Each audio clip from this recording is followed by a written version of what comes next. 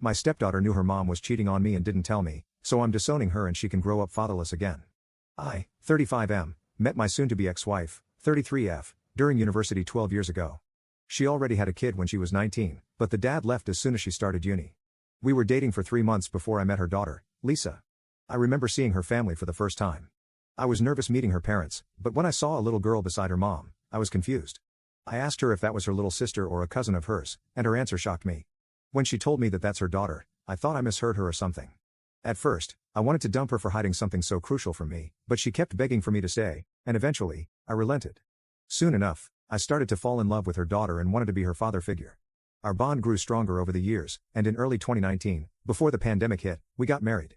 In late 2021, I adopted Lisa, and in early 2022, my wife gave birth to our son, Mark.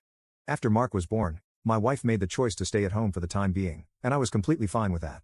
Everything was going perfectly until a few months ago. I started noticing my wife spending increasingly more time with her friends. At the time, I didn't say anything, since, in my mind, being at home all day probably meant she needed her own space, and I didn't want to seem controlling. The thing that made me suspicious was her constant texting and leaving the room for calls. She never did that for anyone besides this one friend of hers. I asked her about it, but she gave me some vague answers about gossip. The moment that took it too far, though, was when I came home last week and saw her outside talking on the phone. This wasn't out of the ordinary, but I remember seeing my son on the floor, crying alone. I was pissed at my wife for just leaving him alone in the house, but when I went to pick him up and smelled the horrible stench coming from him, I was beyond furious. His diaper seemed like it hadn't been changed since that morning. I quickly changed his diaper and rushed outside, and she was still talking on the phone. I snatched her phone from her hand and bolted back inside. She tried following me, but I locked her out. I had my suspicions about who was on the other end of the call, and when I heard a male voice calling out her name and asking who was there, I immediately knew what was going on. He ended the call as soon as he heard my voice. I then proceeded to screenshot as much of their chat as I could and then sent them to myself before deleting them on her phone.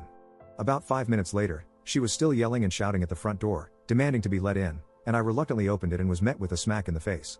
As soon as she realized what she had just done, she apologized profusely, started crying, and tried to hug me. I pushed her away and told her to meet me at the dining table. I told Lisa to quickly take care of the baby so her mom and I could have a quick chat. I kept it simple. I told her this was her only chance to even have a sliver of a chance of getting me back.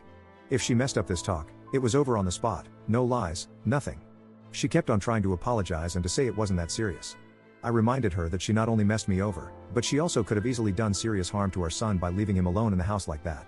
I then simply asked who, for how long, and did they smash?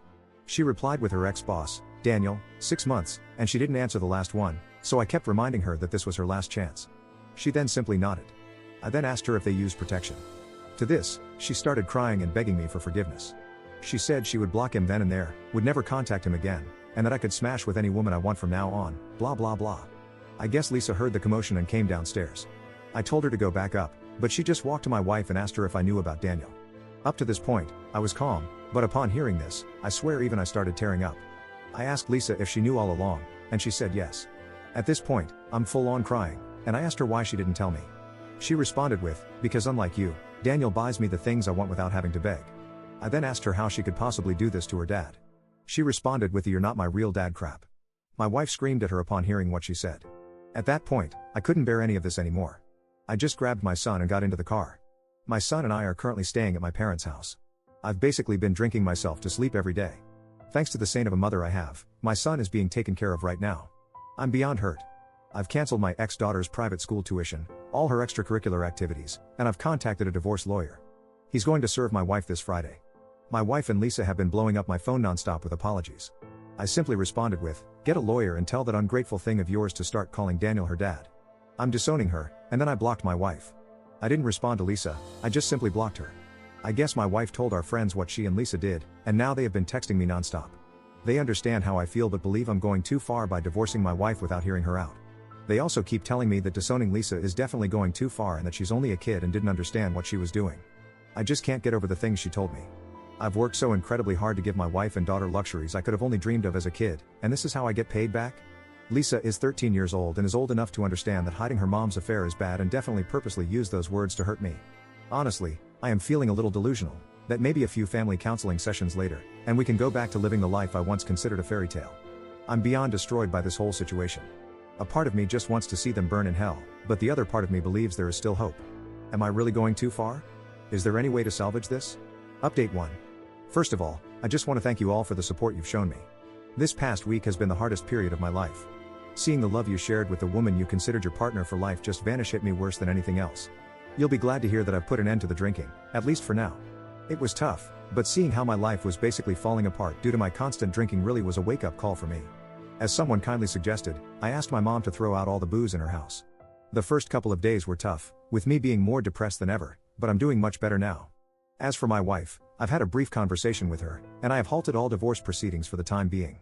There is still a lot to navigate and a ton of logistics involved, and my decision for divorce seemed a bit in the heat of the moment.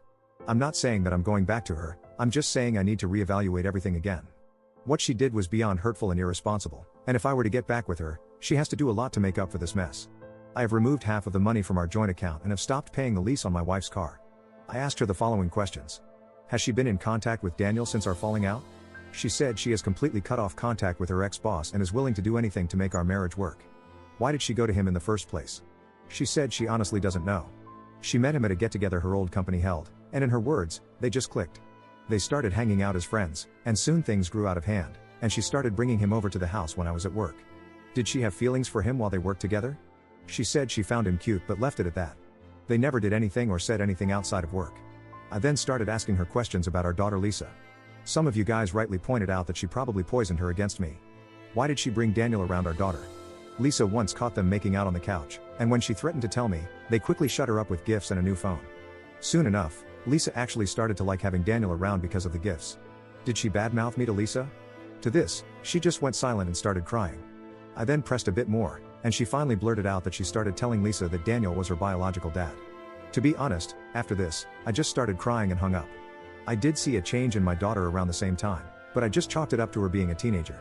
Hearing the real reason just broke my heart even more. I also want to thank you guys for telling me that it wasn't right to put all the blame on my 13-year-old daughter. I wasn't thinking straight at the time, and when I started sobering up, I did sort of realize the mistake I made. I have unblocked my daughter and have been texting with her since yesterday. She has apologized to me, and it seems like my wife, in desperation to get me back, has confessed the truth to my daughter. My daughter told me that she has stopped talking with her mother since she confessed. I apologized to her for the comments I made about disowning her, and we have planned to meet up tomorrow at the local park. I again just want to sincerely thank you guys for the support and the advice. Honestly, I couldn't have navigated this mess alone while being intoxicated. Only God knows what would have happened if I didn't reach out. I also want to apologize for the drunken rant I went on in the comments. I'm beyond embarrassed at the things I said. Again, thank you all for the support and wish you all a wonderful weekend. Edit. I forgot to mention the DNA testing on my son. I do acknowledge it being a possibility, but neither am I mentally in a place to be able to cope with the stress of something like that, nor am I ready to face the reality that I might look at him differently if the test turns out negative. I'll do it eventually, but not now during this mess.